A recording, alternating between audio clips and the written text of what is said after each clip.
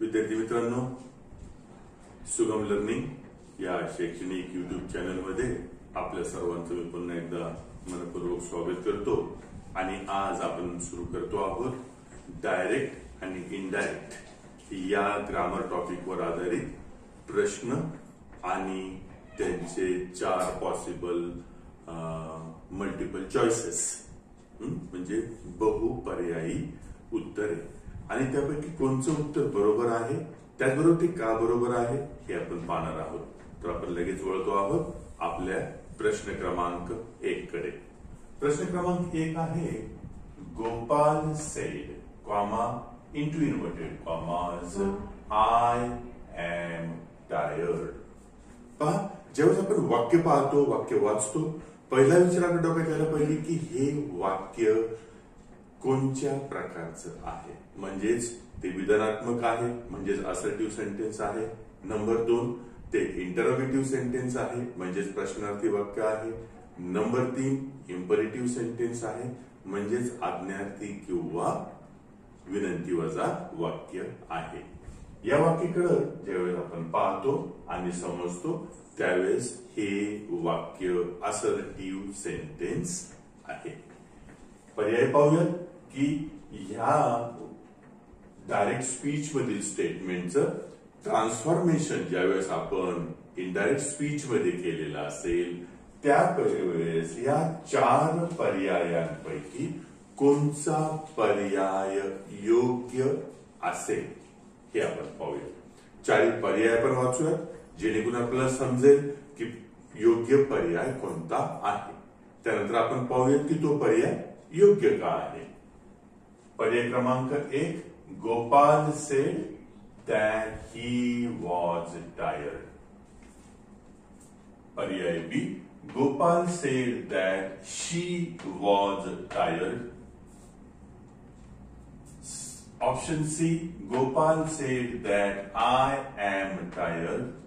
D, Gopal said that I was tired. Okay. ज्यावेळेस आपण वाक्य इनडायरेक्ट स्पीच मध्ये बदलतो त्यावेळेस हे वाक्य गोपालनी म्हटल्यामुळे हा तिसरा व्यक्ती असल्यामुळे आयचं रूपांतर होणार आहे ही मध्ये. सेड हे पास्ट टेन्स मध्ये रिपोर्टिंग वर्ब असल्यामुळे आतमधल्या प्रेझेंट टेन्सचं रूपांतर होणार आहे. राईट, ओळखतो तुम्ही आपल्याला. भूतकाळात म्हणजे पास्ट टेन्स मध्ये होणार आहे. म्हणून Gopal sed that he was tired. पहा, दॅट हे आपण कंजंक्शन घातलं आहे. आयचं रूपांतर ही मध्ये अँड टायर्डचं रूपांतर वॉज टायर्ड मध्ये केलेलं आहे. त्यामुळे 4 पर्यायांपैकी योग्य पर्याय आहे पर्याय क्रमांक 1. ओके. बाकी पर्यायामध्ये पहा, इथं आपण आयला रिप्लेसमेंट म्हणून घेतलेलं प्रोनाउन हे शी आहे, अर्थात चूक आहे. इथं प्रथम गोष्ट मीच ठेवलं आय एम टायर्ड, जसं आहे तसंच खाली घेतलं त्यामुळे चूक आहे. Gopal sed that I was tired, इथं आपण त्याचा भूतकाळ म्हणजे पास्ट टेन्स केलेला आहे तरी ते चूक आहे. त्यामुळे पर्याय क्रमांक 1 हे आपलं सर्वात समर्पक आणि योग्य उत्तर आहे. दुसरं वाक्य पाहूया, don't worry Sanjay said Harish. पहा, पर्याय आहेत. A, Harish said not to worry. पर्याय क्रमांक B, Harish told Sanjay not to worry. पर्याय क्रमांक C, Harish said don't worry. पर्याय क्रमांक D, Harish told don't worry. आता पहा, 4 पर्याय आपण अत्यंत लक्षपूर्वक वाचताना लक्षात येईल की याच्यामध्ये पर्याय क्रमांक 2 हरीश टोल्ड संजय. कारण पहा, हे वाक्य कोणाला म्हटलं गेलंय? संजयला. कोणी म्हटलेलं आहे? हरीशने. त्यामुळेच इथं हरीश आणि ज्याला बोलला आहे तो संजय हे दोन्हीही या वाक्यामध्ये उपस्थित आहेत, त्यांची नोंद घेतलेली आहे. म्हणून इतर ए, सी आणि डी पर्यायापेक्षा बी पर्याय योग्य आहे. Harish told Sanjay not to worry. आता नॉट टू वरी हे आपण रूपांतर डोंट वरीचं कसं केलेलं असेल, तर हे वाक्य इम्परेटिव्ह सेंटेन्स आहे आणि इम्परेटिव्ह सेंटेन्स मध्ये रूपांतर डोंटचं रूपांतर होतं नॉट टू मध्ये. बरोबर आहे. त्यामुळेच आपला पर्याय क्रमांक बी हा योग्य पर्याय ठरला. पुढचं वाक्य पाहूयात आपण. वाक्य पहा कसं आहे. Mohan asked comma into inverted commas who are you and what do you want, प्रश्नचिन्ह इन्व्हर्टेड कॉमाज कंप्लीट. ठीक आहे. आता याचं आपल्याला ट्रान्सफॉर्म्ड केलेले रूपांतरित केलेलं इनडायरेक्ट स्पीच मधील वाक्य ह्या 4 पर्यायांपैकी कोणचे योग्य असेल ते शोधून काढायचं आहे. पाहूया. पर्याय क्रमांक ए आहे Mohan asked who he was and what he wants. पहा या पर्यायातील चूक आहे इथं वॉन्ट्स. वॉन्ट्स हा वर्तमान काळ दाखवतो आणि आपल्याला आस्क्ड मुळे आतील वाक्याचं रूपांतर हे भविष्य भूतकाळात करायचं आहे आणि भूतकालीन वाक्य बनवायचं असल्यामुळं आपल्याला त्या पद्धतीने योग्य तो पर्याय निवडावा लागणार आहे. B Mohan asked who he was and what he wanted. पहा हु आर यू चं रूपांतर हु ही वॉज झालेलं आहे कारण आपल्याला प्रश्नार्थक वाक्याचं रूपांतर इनडायरेक्ट स्पीच मध्ये साध्या वाक्यात करावं लागतं. हे मी तुम्हाला पहिल्या व्हिडिओमध्ये सांगितलेलं आहे. आणि what he wanted what do you वॉन्टचं रूपांतर झालं व्हॉट यूचं रूपांतर ही मध्ये डू प्लस वॉन्टचं रूपांतर वॉन्टेड मध्ये म्हणून व्हॉट ही वॉन्टेड. त्यामुळं पर्याय क्रमांक बी सध्याला तरी योग्य पर्याय वाटतो. पुढचे 2 पर्याय पाहूयात. Mohan said who are you and what he wanted.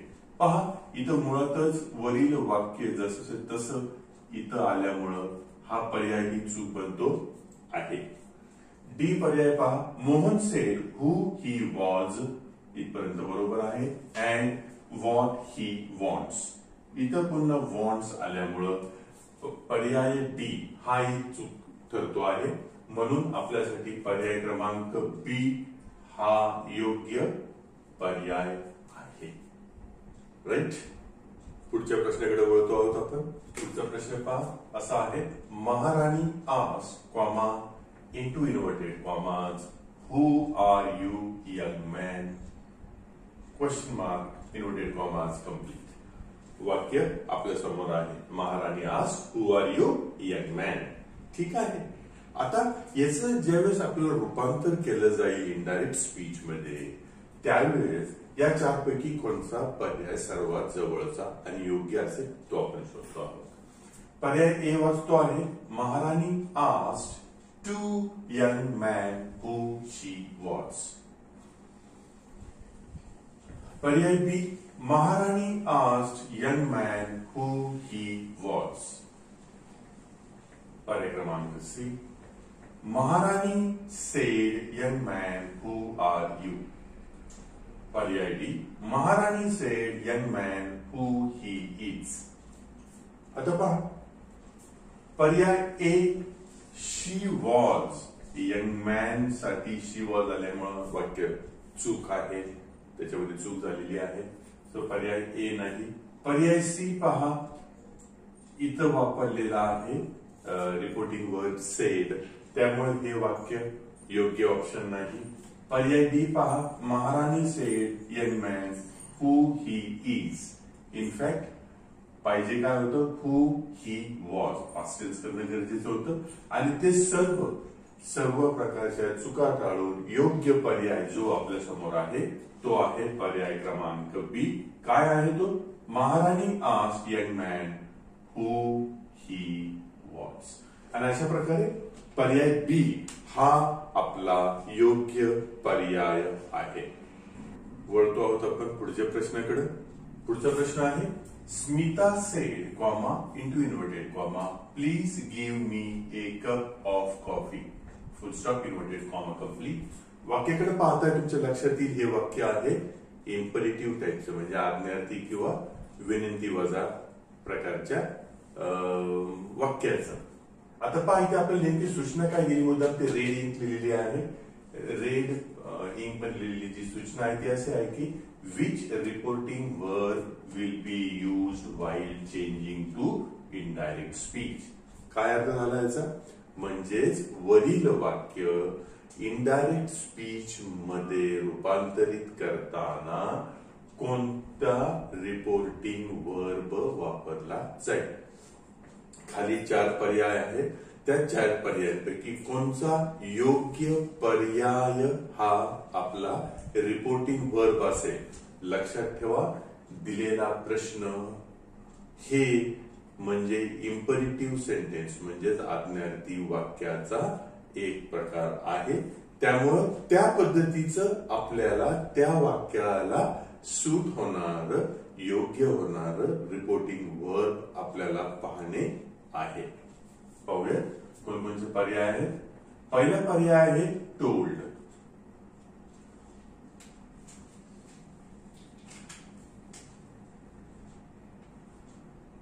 पर्याय 1 आहे टोल्ड, पर्याय 2 आहे आस्क, पर्याय 3 आहे एन्क्वायर, पर्याय 4 आहे रिक्वेस्टेड। राईट। आता मी तुम्हाला पहिल्यांदाच म्हटल्याप्रमाणे हे इम्परेटिव्ह सेंटेन्स आहे। इम्परेटिव्ह सेंटेन्स मध्ये प्लीज आलेला आहे म्हणजेच विनंती आलेला आहे म्हणून ह्या 4 पर्यायांपैकी पर्याय क्रमांक 4 रिक्वेस्टेड म्हणजेच विनंती केली ह्या अर्थाचं रिपोर्टिंग वर्ब हे योग्य रिपोर्टिंग वर्ब याच्या इनडायरेक्ट स्पीचच्या रूपांतरामध्ये वापरलं जाऊ शकतं। राईट। पुढचा प्रश्न पाहूया।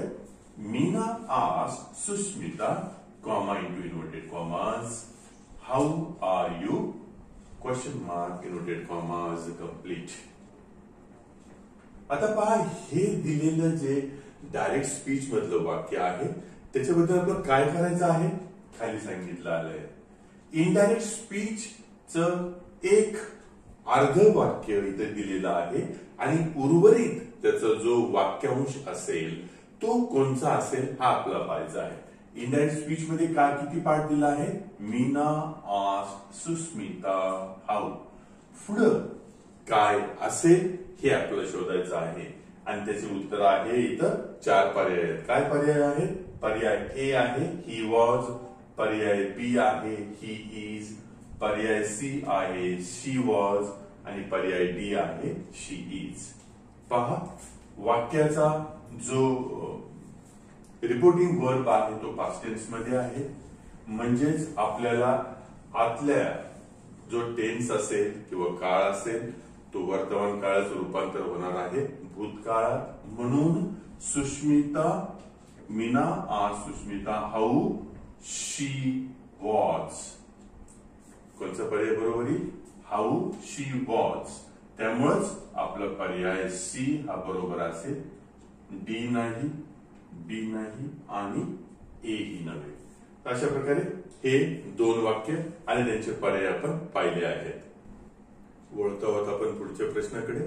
पुढचा प्रश्न आहे where is Peter question mark inverted commas complete she wants to know. आपल्याला दिलेली सूचना काय आहे या प्रश्नाबद्दल which of the following is correct option for its indirect speech. याचं इनडायरेक्ट स्पीच मध्ये रूपांतर करताना दिलेल्या प्रश्नाचं इनडायरेक्ट स्पीच मध्ये रूपांतर करताना खालील दिलेल्यांपैकी कोणता पर्याय योग्य होईल। आता पहा या प्रश्नामध्ये एक थोडासा ट्विस्ट आहे तो लक्षात घ्यायचा आहे। पहा जनरली अशी जी डायरेक्ट स्पीच मधले सेंटेन्सेस असतात त्याचा जो रिपोर्टिंग वर्ब असतो तो जनरली पास्ट टेन्स मध्ये असतो म्हणजे sed, told, asked, requested, ordered. परंतु तो तुम्ही इथं पाहता तर तो आहे वर्तमान काळात म्हणजेच प्रेझेंट टेन्स मध्ये। मग अशा वेळेस ह्याचे चेंज झाल्यानंतरचे नियम बदलतात. म्हणजेच ज्यावेळेस हे वाक्य इनडायरेक्ट स्पीच मध्ये येतं त्यावेळेस मूळ रिपोर्टिंग वर्ब हे प्रेझेंट टेन्स मध्ये असल्यामुळे आतील ही वाक्याचा काळ म्हणजेच टेन्स जसा आहे तसाच राहतो, तो बदलत नाही. परंतु हा प्रश्न स्वरूप वाक्य असल्यामुळं या प्रश्न स्वरूप वाक्याचं रूपांतर मात्र आपण करणार आहोत साध्या वाक्यात. बरोबर. मग अशा प्रकारे जुळणारा पर्याय आपल्याला पाहायचा आहे. आपल्या समोर असलेले 4 पर्याय आहेत. A where Peter is, B where is Peter, C where Peter was आणि डी वेअर वॉज पीटर. ठीक. आता पहा यातलं where Peter is, where is Peter हा प्रश्न स्वरूप झाला. परंतु इनडायरेक्ट फॉर्म मध्ये जाताना या प्रश्नाचा बदल होतो. साध्या वाक्यात ते कसं होतं, वेअर पीटर इज. त्यामुळेच आपला पर्याय ए हे योग्य उत्तर ठरत आहे. पुढील प्रश्न पाहूया. The commander sed, comma into comma, stand in A line. Stand in A line, here should be full stop. Stand in A line. Okay. मग इथं आपल्याला सूचना काय दिलेल्या आहेत, काय करायचं या वाक्याबद्दल. Which conjunction will you use for changing it. हे डायरेक्ट स्पीच मध्ये असलेलं वाक्य इनडायरेक्ट स्पीच मध्ये चेंज करताना तुम्ही कोणतं कंजंक्शन वापरा. आपण कंजंक्शन वापरतोय, बरोबर आहे. कोणकोणते कंजंक्शन आपण पाहिलं आतापर्यंत. एकदा आपण दॅट पाहिलेला आहे. त्यानंतर प्रश्न म्हणजे WH वर्ड हा आपल्याला कंजंक्शन म्हणून वापरता येतो डायरेक्ट टू इनडायरेक्ट स्पीच मध्ये. त्याच्यानंतर वेदर किंवा इफ वापरता येतो अथवा टू वापरता येतो. ठीक आहे. या वाक्याकडे पाहिजे लक्षात येईल. स्टँड इन अ लाईन ही आहे ऑर्डर म्हणजेच आज्ञा, म्हणजेच वाक्य आहे इम्परेटिव्ह. आणि इम्परेटिव्ह वाक्यामध्ये आपण कंजंक्शन म्हणून काय वापरतो, TO2. ठीक आहे. त्यामुळं पर्याय क्रमांक 3 हा आपला योग्य पर्याय आहे. तर विद्यार्थी मित्रांनो, हा होता आजचा आपला प्रयत्न. ही चर्चा होती डायरेक्ट इनडायरेक्ट स्पीच वर आणि त्याचे असणारे वेगवेगळे प्रश्न स्वरूप. आणि या प्रश्न स्वरूपांची ओळख आपल्याला वेगवेगळे स्वरूपाचे प्रश्न मी काळजीपूर्वक निवडून आपल्यासाठी आणले आहेत की जेणेकरून त्या प्रश्न स्वरूपांची आपल्याला चांगली ओळख व्हावी आणि त्याची संभाव्य उत्तरे आपण कसे शोधलेले आहेत याची तुम्हाला एक सराव मिळावा. आमचा प्रयत्न तुम्हाला आवडला असल्यास त्यासाठी लाईक, शेअर आणि सबस्क्राईब जरूर करा विद्यार्थी मित्रांनो. आपण लवकरच भेटतो आहोत पुढच्या व्हिडिओमध्ये. तोपर्यंत गुड बाय.